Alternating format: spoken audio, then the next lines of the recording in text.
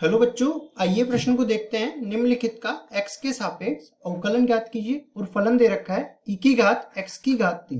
प्रश्न को हल करने से पहले इसकी मुख्य अवधारणा की चर्चा कर लेते हैं। मुख्य अवधारणा तो देखो, हम लोग जानते हैं कि कोई भी फलन दिया गया है और उसका चाहे अवकलन करो चाहे समाकलन करो, हर एक फलन का अवकलन और समाकलन करने के लिए एक निश्चित तरीका परिभाषित किया गया है। और जो यहाँ पे फलन दे रखा है, इसमें देखो फलन के अंदर फलन दिया गया है, और जब भी फलन के अंदर फलन दिया जाता है तो हम लोग श्रृंखला विधि का उपयोग करके उसका अवकलन करते हैं। अब श्रृंखला विधि का उपयोग कैसे करते हैं, देखो श्रृंखला विधि क्या होती है ये बता देते हैं। जैसे मान लिया कि y जो है अपने पास u का फलन दे रखा है और इस y का हमें अवकलन करना है x के सापेक्ष। तो क्या करेंगे, जो u का फलन है पहले उसका हम लोग अवकलन करेंगे u के सापेक्ष और फिर u का अवकलन कर देंगे x के सापेक्ष। इस तरह से हम लोग श्रृंखला विधि का उपयोग करते हैं।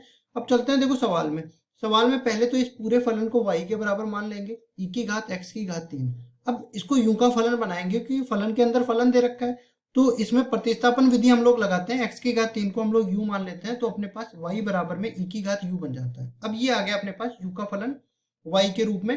अब देखो इस y का हमें x के सापेक्ष अवकलन करना है, तो ये बराबर हो जाएगा। हमने कहा कि पहले तो u के फलन का u के सापेक्ष अवकलन करना पड़ेगा और फिर जो u है इसका अवकलन करना पड़ेगा x के सापेक्ष। तो इधर देखते हैं, चाहे e की घात x का x के सापेक्ष करो चाहे e की घात u का u के सापेक्ष करो, हमेशा e की घात ये u या उसमें e की घात x आने वाला है, तो e की घात u यहाँ पे आ जाएगा और ये बन जाएगा du बटा dx।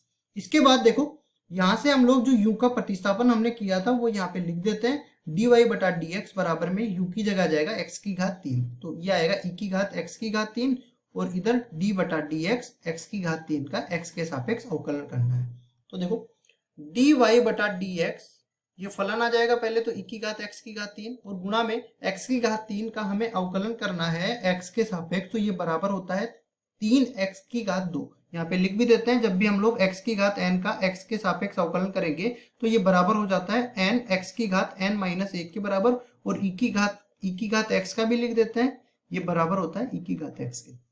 ठीक है, तो इसका करेंगे तो ये 3x स्क्वायर के बराबर आ जाएगा, तो 3x स्क्वायर इधर आ जाएगा। इसको सही रूप में लिख देते हैं dy बटा dx, या इसको कह सकते हैं कि d बटा dx किसका अवकलन कर रहे हैं, e की घात x की घात 3 का अवकलन कर रहे हैं x के सापेक्ष। तो ये बराबर आ गया अपने पास 3x स्क्वायर गुणा में e की घात x की घात 3, ये अपने पास आ गया y का x के सापेक्ष अवकलन, या फिर बोल सकते हैं e की घात x की घात 3 का x के सापेक्ष अवकलन का मान मिल गया 3x की घात 2 गुणा में e की घात x की घात 3 के बराबर। यही हमारा उत्तर है। आशा करता हूँ ये सवाल आपको समझ में आया होगा।